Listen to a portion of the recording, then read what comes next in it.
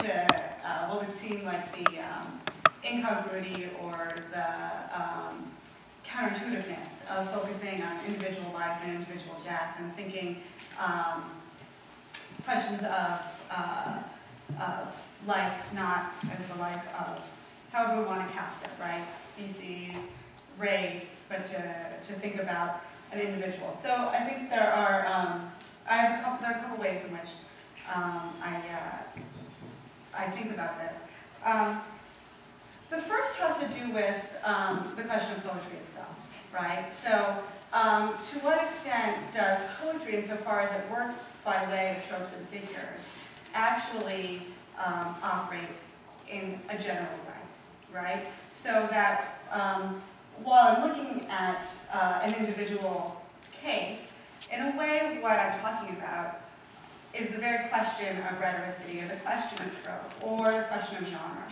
And as soon as we think at the level of genre or at the level of trope, we're no longer thinking about the individual or the management of an individual life, or the power of an individual life, about finitude in an individual sense, but in the way in which poetic figuration or lyric figuration or conceptions of life that are assumed by poetry actually are not individual, but are, I wouldn't call them global, but global not in the sense of, not in the sense that we use it, but in the sense that you would use it like in your computer, right? That it has to do with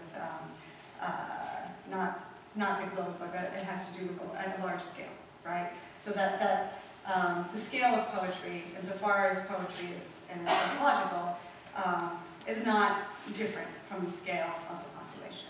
It's just what our object is, or what we're looking at, is differently conceived. So that would be one aspect. The other aspect is, part of what I'm doing here in looking at Claire is looking at Claire as a theorist of poetry.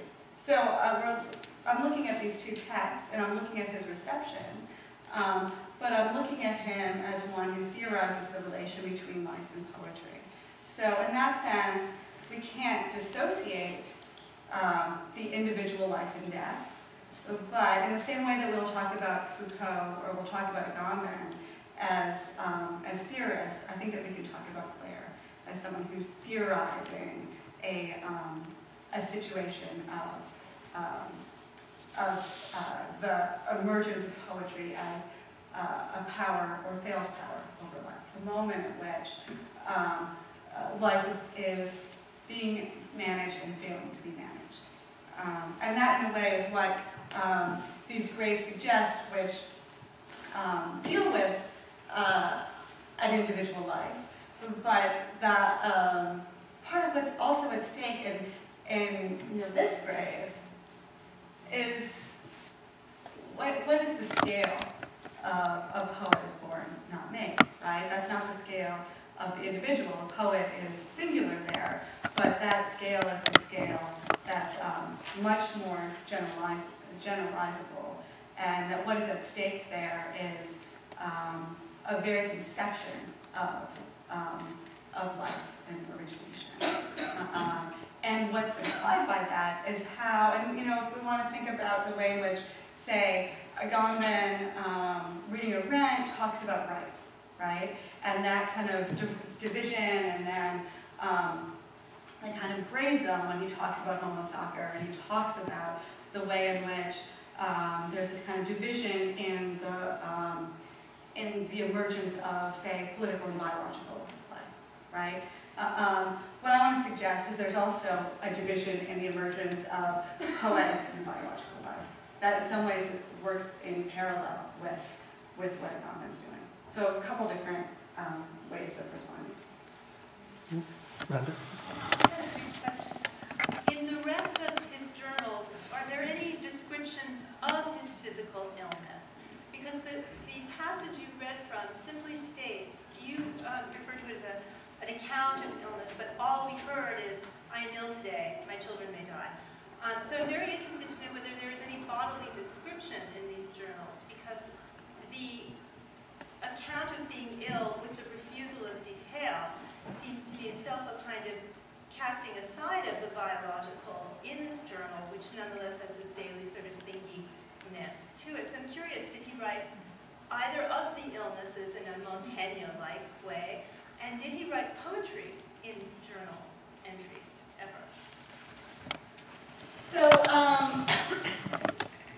there are some descriptions of his aches and pains and kind of walking injuries. So there is some of that in the journal. He only kept the journal for about 18 months and then stopped, and then there were blank pages, and maybe 3 years later he came back and had a few kind of just episodic entries, like, you know, there would be one, and then 6 months later there would be another, and those entries usually have something to do with death, illness, pain, something.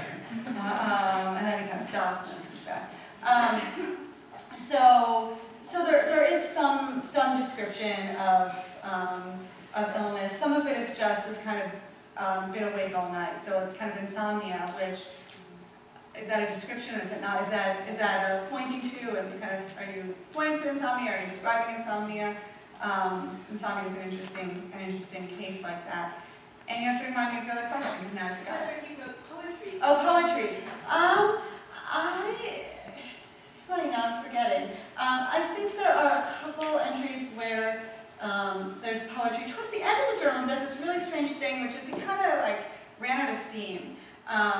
And he would just quote, I refer to this, quote like just like weird newspaper anecdotes that were in the Stanford Observer. So it would be like, you know, a farm woman grew the hugest cucumber ever. I mean, kind of that level of just kind of, and he would kind of collect these. There's concern about finances, there's family, there's what's going to happen, there's who he's written to, and there's really more than there's poetry, there's what we could call a kind of literary criticism or a kind of literary description where he very compellingly talks about all that he's been reading, which is an enormous amount. I mean, he's just reading constantly. So there are long descriptions of what he's been reading. And there are also kind of experiments in description. So where he'll kind of describe the way in which the flowers have been coming out. So he'll describe his garden in some detail. And it's actually for that reason that one of the journal has been republished in a number of places. There's a collection of Claire's writing called My Life, and there's a collection of prose. But the other place where it's been collected is with his nature writing. So a lot of what's in there is really very detailed descriptions of his garden. Yeah, when I hear the words of bio and life, I'm thinking Claire was an amateur naturalist, as you just alluded to. Absolutely. And he was incredibly infatuated with other species, in his poetry, even badgers, birds' nests. And the poor mother birds, he has this incredible empathy for in terms of their fear and anxiety about their young ones, the eggs. Yeah. And so what strikes me when I see is that first grave, he says that I'm worrying about the boys, the playing boys breaking the stones. And of course, at several points, he strikes out in anger about these young boys knocking down nests, robbing nests. And so it seems to me that grave in part, it's as if he wants a secure nest, for eternity. I'm wondering, do you do more stuff with other species that he's so infatuated with? I have